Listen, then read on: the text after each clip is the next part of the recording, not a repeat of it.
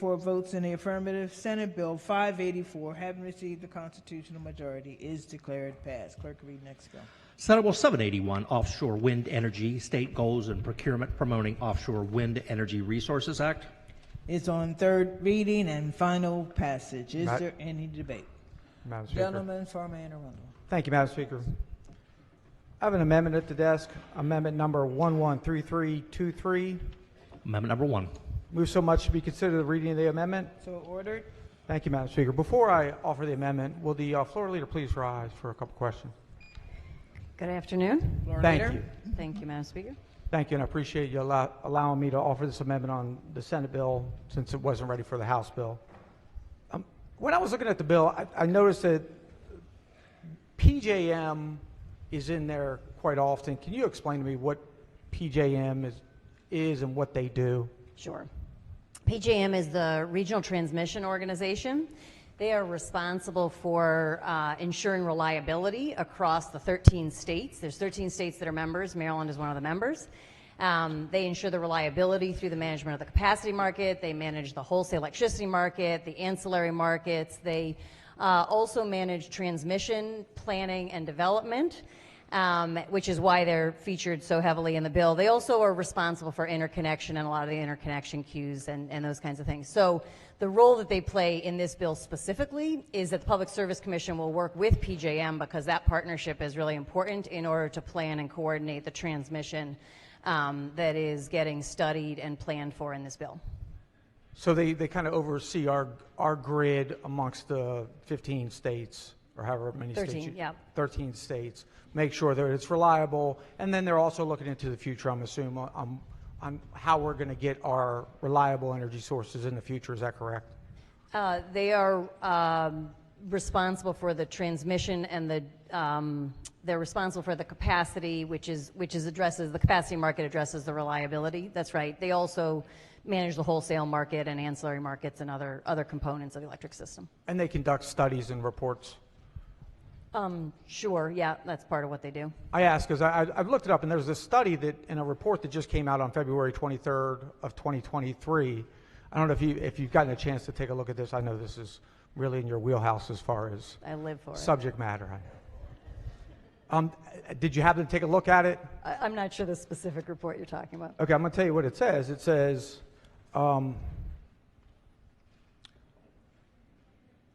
the growing mismatch between demand and the construction of new power generating sources, particularly intermittent sources such as wind and solar, present increasing risk due to reliability, due to potential timing mismatch between resource retirements, load growth, and the pace of new generation entry under a possible low new entry scenario.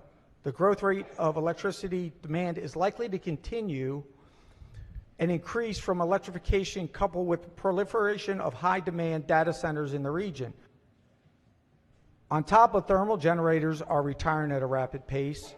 PJM, in that same study, I guess their goal is to have 94% renewables and 6% gas on this grid sometime in the future. Is it your belief that the offshore wind and solar can provide, in our current goals, the net zero greenhouse gas emission reduction targets established in Chapter 38 of the Acts of General Assembly from 2022? So let me back you up because I don't know what report you're talking about, but PJM doesn't have any goals. So PJM couldn't have a goal of 94% renewable and 6% gas. They leave the decisions about the generation mix up to the states, and then they work within the context of the policies that we state. So I don't have the report in front of me, so I can't speak to what it is that you're reading or where the 94% came from, but I can tell you for sure that PJM doesn't have a 94% anything goal. It was part of what they were talking about in their queue, so maybe it's what they're getting from us. Okay, so I can't answer that then. Their queue would be likely to have much more renewables in the queue because we have a lot of legacy plants of gas and coal and nuclear and some hydro, and most of the new stuff that is being built would be renewable. So that's not necessarily their goal, but that's what they're looking at in response to what's happening in the as a result of state policy. Yes. Okay. and since this is in your wheelhouse, I'm assuming you know some of these things. There's currently about 240 coal plants that produce 22% of our electricity nationally that have been targeted for closure. We now currently have 71,000 wind towers that produce only 9% of the total electricity for the nation. We're adding about 6,000 per year, which I'm assuming that's part of why you have this study in there. And at least 150,000 more are needed to replace coal generation. Well, it also says in that study we are drastically insufficient in the massive battery storage needed for the 70% of the time when wind produces little or no energy, and if we turn to solar, it only produces 3%. And I bring that up because we have these lofty goals, and I applaud the goals, but I think it's very difficult for us to meet these goals. I don't know if you were reading national coal plants or if you were reading PJM coal plants. Kind of what's happening nationally is pretty irrelevant to Maryland. I mean, it matters for the planet for sure, but it's kind of irrelevant to Maryland. When we're looking at reliability within the state, what matters for us is what's happening within the PJM grid. And what matters for us is what's happening within Maryland itself and within what is connected to the Maryland grid. Now, the great news that I can tell you about offshore wind is that offshore wind is especially strong in the winter and at night. And so it actually is a very powerful force to sort of counteract when solar isn't shining. And so as we get closer to our 100% renewable energy, our 100% clean energy that we need to get to if we want to have a future on this planet, offshore wind is a really crucial piece of that mix precisely because of when it is more likely to be producing electricity. The other thing is that it just while you're comparing things to coal, offshore wind actually has a 50% capacity factor, which is equivalent to coal and gas-fired power plants. Okay. Thank you. Colleagues, I have an amendment at the desk. Here's what the amendment will do. It says before, I did the amendment number. Move so much to read the amendment again. Thank you. So order again. It just simply says, before authorizing or approving the premature closure or retirement of any traditional electrical generational facilities, the Public Service Commission, in conjunction with PGM, must establish that, 1, cost savings will result to customers as a result of the retirement of the electric generation facility. 2, the retirement will not result in insufficient amount of reliable or dispatchable capacity to serve customers. And 3, retirement of the electric facility will not adversely impact the availability or reliability of electric service to customers of the public utility. And this is important for several different reasons. Many of you already know we have hospitals that rely on this energy. We have medical facilities rely on this energy. We have military bases that rely on this energy. We have people that run off of medical products at home that rely off of this energy. You don't have to look far in California, and we like to follow them. They have rolling blackouts consistently because they can't meet the demand. One of the things that happened during COVID, if everybody remembers, we deemed some businesses essential, some non-essential. Where that came from was Homeland Security, after 9/11, said, listen, if anything ever catastrophic is ever to happen to this country again, we have to deem certain businesses essential, and we are going to prop them up because we need energy or people die. If we don't have reliable energy sources, people will die.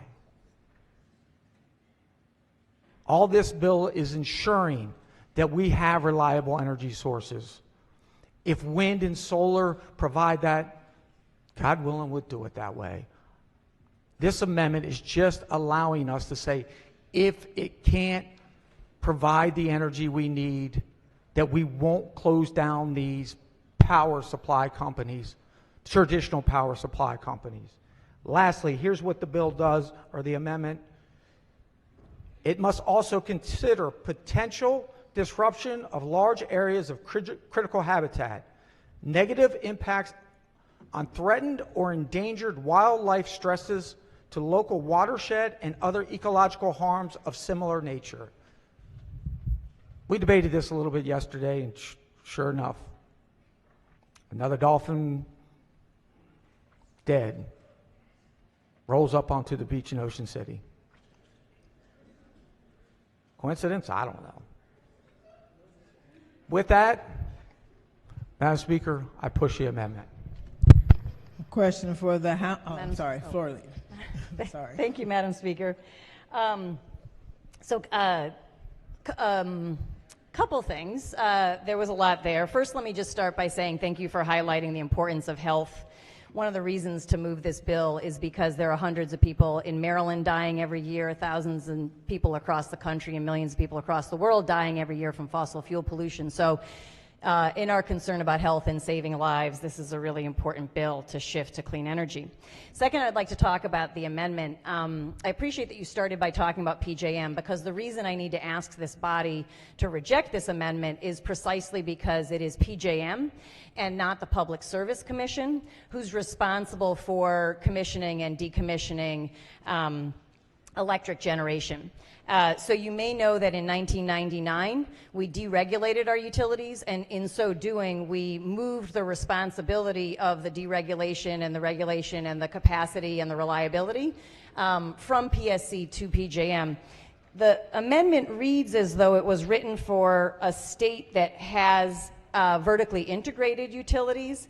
So it talks about these things happening in a utility rate case in front of the Public Service Commission, but we haven't since 2003 had a utility rate case in front of the Public Service Commission that addressed issues of generation. So I think what you potentially want to do is direct PJM to do one thing or another. We can't do that at the state level, unfortunately. I'd love to direct PJM as well.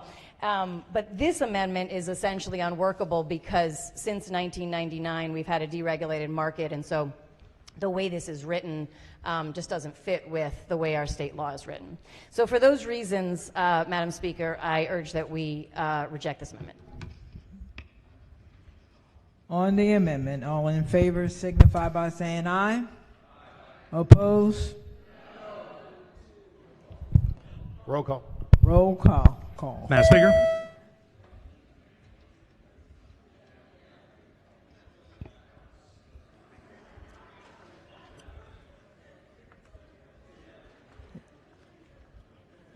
Okay. Clerk will take the call.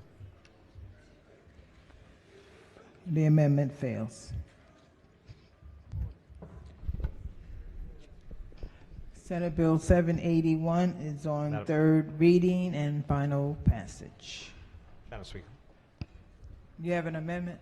I do not, and I will be relatively brief. But I spent a good 2 hours working on this morning. Yes. Thank you, Madam Speaker. A solid 2 hours, members. So, I'm reading the title of the bill, Promoting Offshore Wind Energy Resources Act, and I'm reminded as to how long the state of Maryland and our country has been moving towards offshore wind.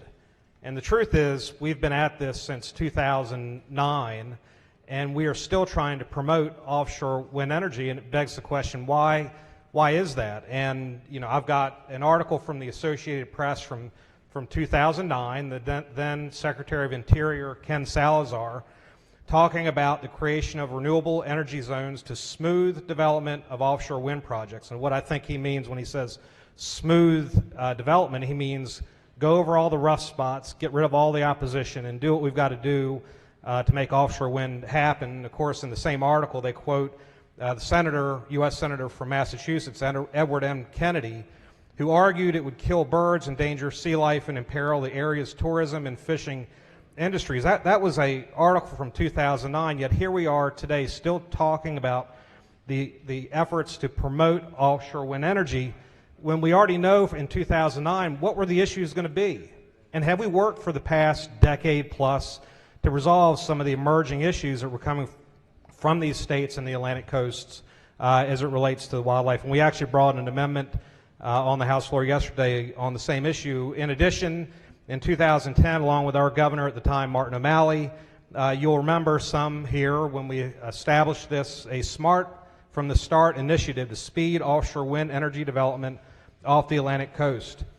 And the nature of the Interior Secretary Ken Saladar's comments are to facilitate leasing construction of new projects, spurring the rapid and responsible development of this abundant renewable resource.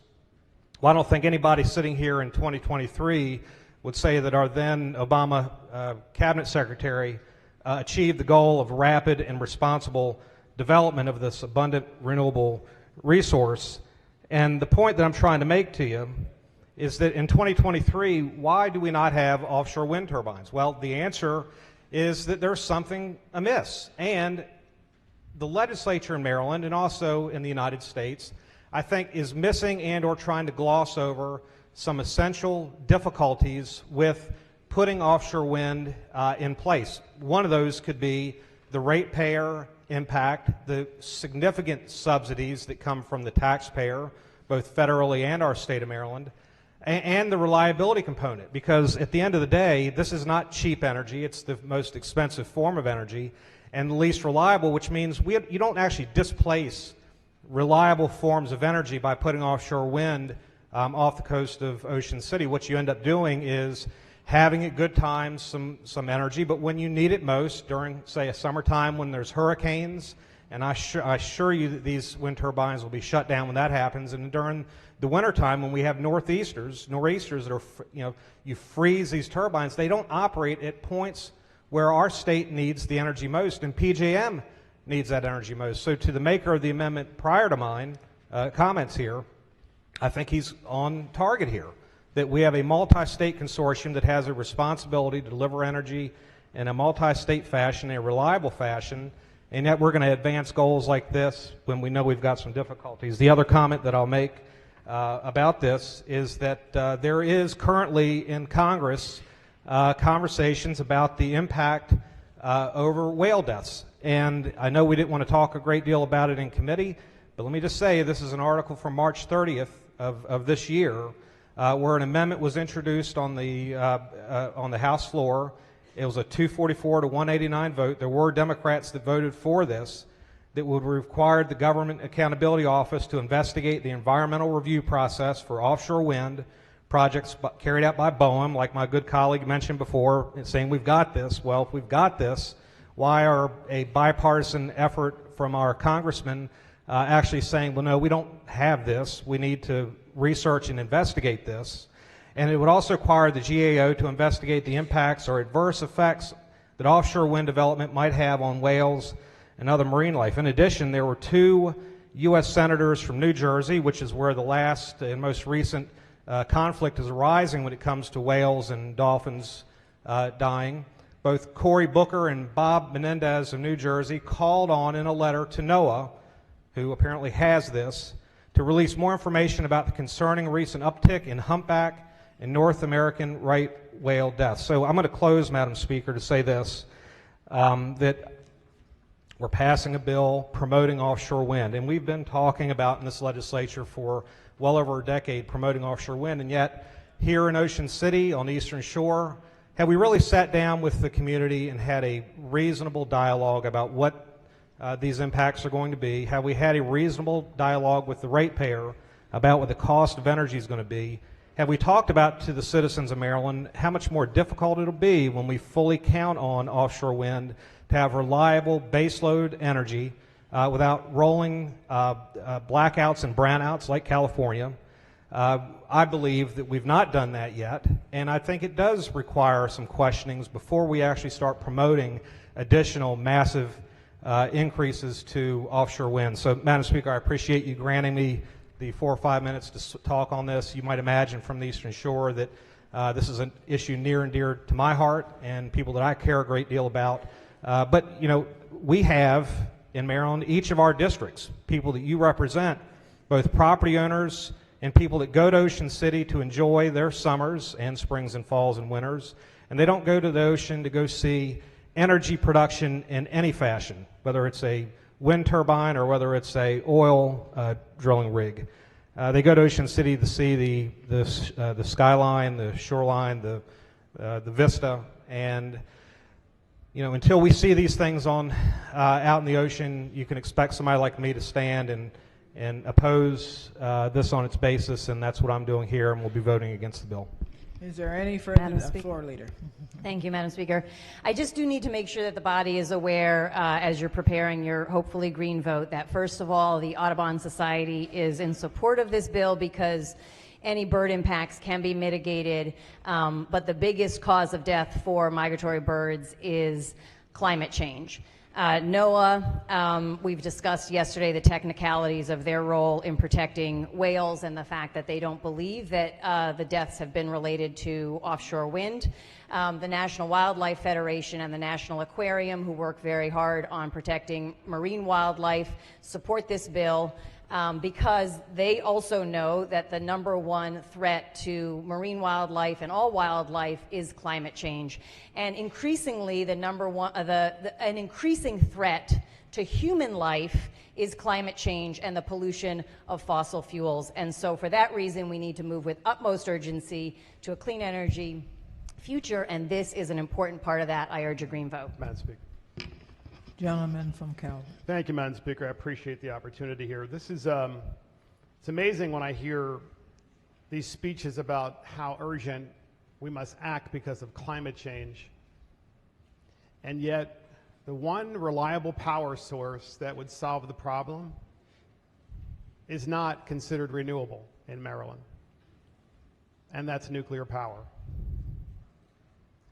Calvert Cliffs Nuclear Power Plant in my district produces more than 40% of the state's electricity with no CO2 emissions whatsoever.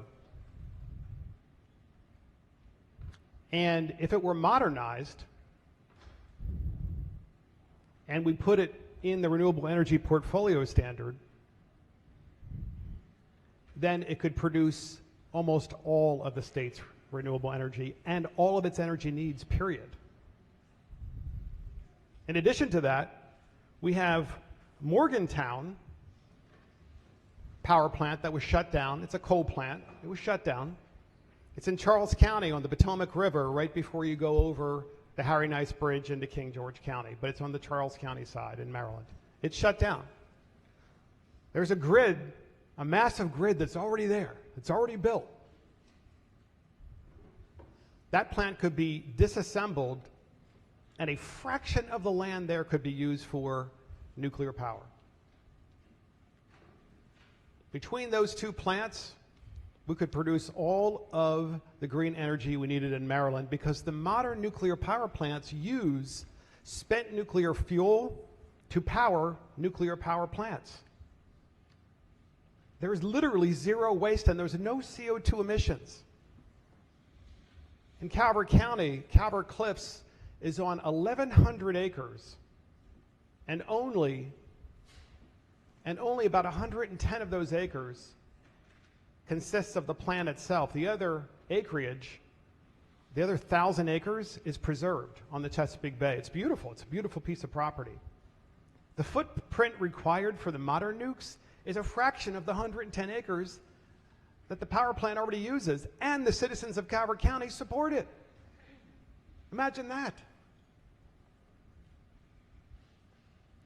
So the young lady defending this bill gets up and says climate change is an existential threat and we must build wind turbines in the ocean, not knowing what damage it's going to do to the environment. And yet we already have a solution. And that's nuclear power. And because of politics, it's not in the renewable energy portfolio standard. There's no other reason for it. Offshore wind, it's pretty obvious the damage that it does. I mean, you would have to literally suspend critical thinking skills to think that you would have either floating turbines, which are anchored to the bottom of the sea, or pile-driven turbines, and think that is bad, to actually think that is good for the environment. Moreover, you have to send boats out there to replace the turbine blades, which aren't themselves renewable. And then you have to grease all the fittings with petroleum, because otherwise it doesn't turn very well. That's not renewable. In fact, there's nothing about wind turbines that's renewable, because you have to keep replacing them. And so I have to say, it's fascinating to me to hear this argument year after year, and I know that it's true that the PSC is doing studies about nuclear and so forth. Do we really need to study it? We already know it works. We already know there's no emissions from the nuclear power plants whatsoever. So it gets a little tiring in this body as a Republican to constantly hear the virtue signaling of how climate change is an existential threat, but you really don't want to solve the problem. We've solved the problem in Calvert County, and we're willing to solve the entire problem. Let us do it. Thank you, Madam Speaker. Chairman of the committee. Thank you, Madam Speaker. I just feel like at some points we get caught up in this tornado of misinformation. And that's kind of where we are now. To be clear, I mean, every time we talk about the environment, we get this argument, hey, do nothing.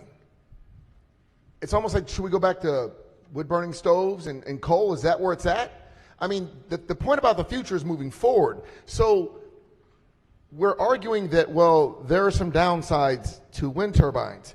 They block the skyline. Well, I've been to Ocean City, and where my buddy's apartment is, he can't see the skyline because of these beautiful hotels y'all have built.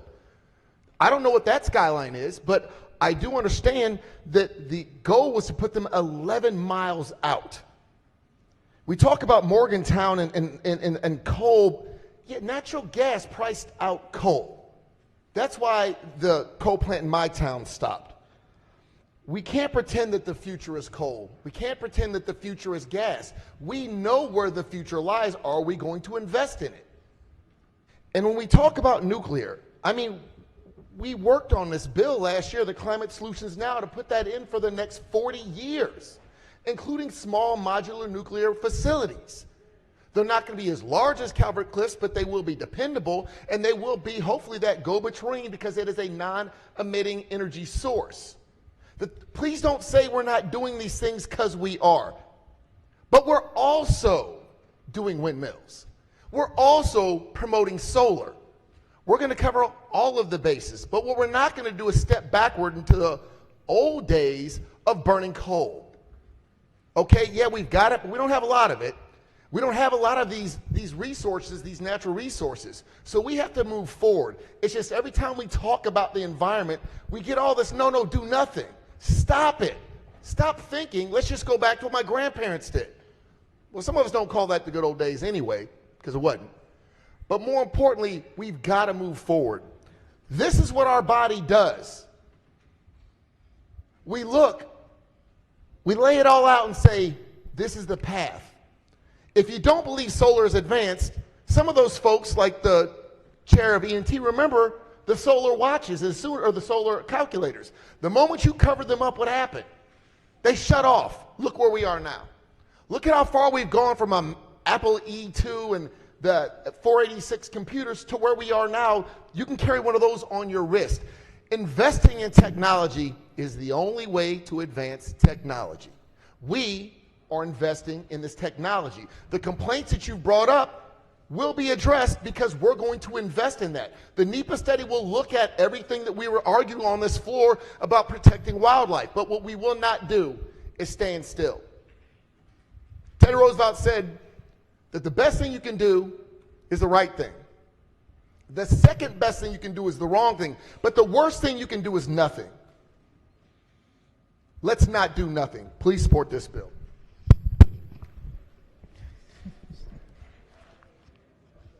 Gentleman from St. Mary's. Thank you, Madam Speaker. That was a great speech. I don't think any of us asked about coal. That's not in the bill. The bill deals with wind turbines. Could the floor leader rise for a couple questions?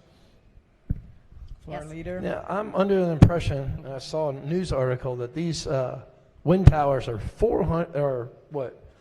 945 feet tall. Is that correct? It depends on the make and the model. Some are, yep. I mean, that's pretty tall. That's like twice the amount of distance that you can, have a daycare from your marijuana facility. Okay. So it's pretty tall. What is the disturbance of having a tower built in the ocean? What is the disturbance in the foundation that is required to build a 945-foot tower? I'm not sure that I understand. What do you mean the disturbance of? How big is the footer on the bottom of the ocean to build a 945-foot tower? We can find that out for you. Because that's 945 feet above the water, correct? That's correct. So how many towers are they planning on building out there? Will off the probably be coast? several hundred to get to 8.5 gigawatts. So we're talking literally miles upon miles of ocean floor disturbance. It would be between 10 miles and about 80 miles out from the shore. So if you can picture between 10 miles and 80 miles. So within Well, you're that- talking about the distance of the within the actual 70 windmills. miles. I'm talking about the amount of disturbance. I understand what you're saying, but within across the 70 miles is the space in which that would be happening. Well, thank you for answering the question. Yeah, it's significantly less than an oil platform is the bottom line. The amount of disturbance on the Per ocean tower? floor. For all of that. Okay. I mean, we don't have any oil platforms off the coast of Ocean City. Thank God, but there are oil platforms up Well, and down the coast. much less a few hundred. So thank you for answering those questions. Sure. Madam Speaker, I know we talked a lot about dead whales and dolphins. This is one of the most fertile grounds for fisheries in the United States, maybe in the world. And we have no idea what we're about to take into this. This is a lot of smoke and mirrors. There's other ways to get more efficient energy sources. My friend from Calvert County just mentioned a few. So look, instead of talking about coal and talking about the technology of the week, the one where all the, well, I was going to say something, yeah. Where they're at, it would make much more sense if we study this problem and vote red on this bill. Thank you. Is there any further debate? Madam Speaker. Madam Speaker. One quick question from the floor leader, please. Floor leader. Madam Speaker? Thank you so much. Did you say that the wind turbine, we're all listening, so we might be looking at our computers, but you said the wind turbine is going to be 945 feet tall? The question was, are there some that are that tall? And I said there are some that are that tall. It will depend on the specific specs that the developers choose to work with. That's 87 stories high, just for the edification of the body. And an oil platform is 477 feet, so that's half of the height of these wind turbines. The question was about what is the disturbance on the ocean floor, and I actually got an answer to that question, which is because it's a monopile, it is the exact same as the width of the turbine itself. So it's whatever that is, 20 feet by 20 feet or something like that per turbine. Okay, thank you, but it is twice the height of an oil platform. So, and finally, I would just say that I learned in the good delegates bill about bird-safe buildings that the #1 killer of birds is cats. So not climate change, but feral cats. Thank you. Thank you. Is there any further debate? Madam Speaker. Madam Speaker. Recognizing the gentleman from Montgomery. Recognizing the gentleman from Montgomery. Oh, thank you. I couldn't hear with all the chatter. I moved the previous question, Madam Speaker.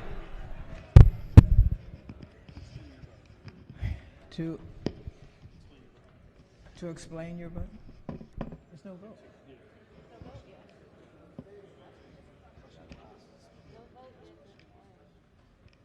All in favor signify by saying aye. Aye. Opposed? No. Ayes have it. Senate Bill 781 is on third reading and final passage. Clerk will call the roll. Madam Speaker.